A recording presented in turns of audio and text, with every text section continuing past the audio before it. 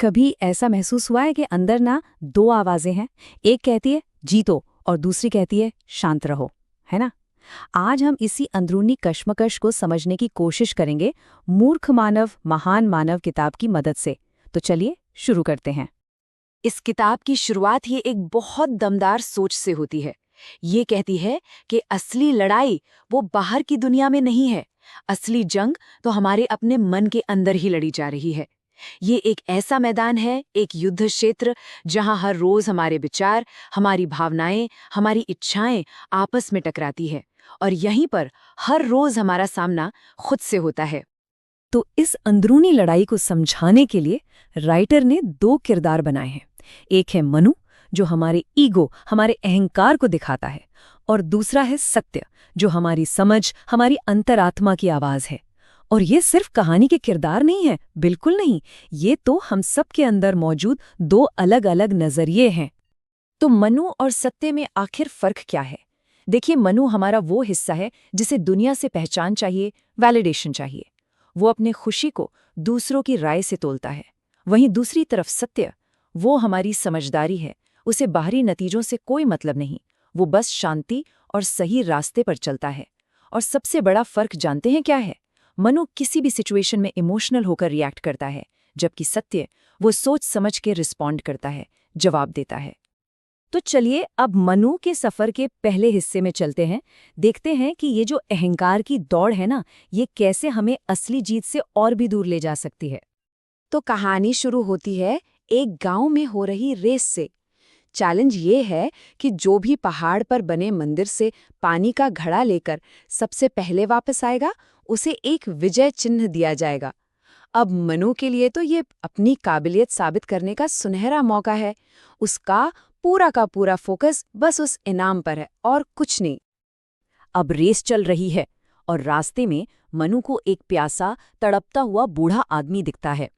एक पल के लिए तो वो रुकता भी है, लेकिन तभी उसके अंदर से उसके अहंकार की आवाज आती है, जो कहती है आगे बढ़ो, रुक गए तो हार जाओगे, जीतना सबसे जरूरी है। और सच कहूं तो ये वही आवाज है जो अक्सर हम सबको सही काम करने से रोक देती है। और होता क्या है, मनु उस बूढ़े आदमी को अनदेखा करके आगे निकल जाता है और रेस जीत भी जाता है। लेकिन कुछ देर बाद सत्य भी उसी जगह पहुंचता है। वो एक पल भी नहीं सोचता, फौरन रुकता है, उस आदमी को पानी पिलाता है और जानबूझकर रेस हार जाता है। सीधी सी बात है, एक ने इनाम को चुना और दूसरे ने इंसानियत को। तो इस कहानी से हमें क्या सीखने को मिलता है? अहंकार, ईगो हमें यही यकीन दिलाता है कि मंजिल पाना रास्ते में आने वाली इंसानियत से कहीं ज्यादा जरूरी है। मनु ने रेस तो जीत ली, बिल्कुल जीत ली, लेकिन जैसा कि गांव के मुखिया ने कहा, उसने इंसानियत की बाजी हार दी। ये एक ऐसा सवाल है जो हम सबको खुद से पूछना चाहिए। कहीं ऐसा तो नहीं कि अपने लक्ष्य को पाने की धुन में कोई इंसानियत के रास्ते से भटक रहा हो। चलिए अब मनु के सफर में थोड़ा और आगे बढ़ते हैं। अगली कहानी है मन में रखे एक बोझ की, नाराजगी के बोझ की और उससे छुटकारा पाने की। तो हुआ ये कि बचपन की कोई पुरानी बात एक जहर की तरह मनु के मन में बसी हुई थी, और बदला लेने की इसी आग में वो सत्य की सबसे कीमती चीज, जो उसके दादाजी की दी हुई एक बांसुरी थी, उसे तोड़कर गंदे नाले में फेंक देता है। उसे लगता है कि ऐसा करने से उसे शांति मिल जाएगी। लेकिन बाद में जब गिल्ट में आकर मनु सत्य को सब कुछ सच सच बता देता है, तो उसे लगता है कि अब सत्य बहुत गुस्सा करेगा। पर सत्य का जो जवाब था वो हैरान कर देने वाला था। उसने कहा, क्रोध एक आग है और आग को आग से नहीं बुझाया जा सकता। तुमने मेरी बांसुरी तोड़ी, पर मैं अपने मन की शांति क्यों तोड़ूं? मतलब बदला लेने की कोशिश में मनु ने खुद को ही सजा दे दी। और यहीं पर हमें माफी की, क्षमा की एक बिल्कुल नई परिभाषा मिलती है। माफ करना किसी और पर किया गया कोई एहसान नहीं है। नहीं, ये तो खुद को नाराजगी के जहर से आजाद करने का एक तरीका है। ये बिल्कुल उस भारी बोझ को उतार फेंकने जैसा है जिसे कोई सालों से ढो रहा है और जो उसे अंदर ही अंदर जला रहा है। ये वाकई सोचने वाली बात है ना? क्या कोई ऐसा पुराना बोझ है जो मन की शांति को खाए जा रहा है? शायद अब उसे जाने देने का वक्त आ गया है। तो अहंकार और गुस्से के बाद अब मनु का सामना होता है एक और छुपे हुए दुश्मन से, और वो है ईर्ष्या, जलन। ये वो आग है जो तुलना करने से, कंपैरिजन से पैदा होती है। तो सीन है गांव के एक आर्ट्स फेस्टिवल का। मनु वहां एक टेक्निकली परफेक्ट डांस परफॉर्मेंस देता है। उसका एक ही मकसद है, प्राइज जीतना। दूसरी तरफ सत्य अपनी बांसुरी पर दिल से एक बहुत ही सरल और सोलफुल धुन बजाता है। उसका मकसद है लोगों के दिलों को छूना। और रिजल्ट क्या आता है? मनु को उसके टेक्निकल स्किल के लिए फर्स्ट प्राइज मिलता है, लेकिन सत्य को दर्शकों के दिलों को छूने के लिए एक स्पेशल ऑनर दिया जाता है।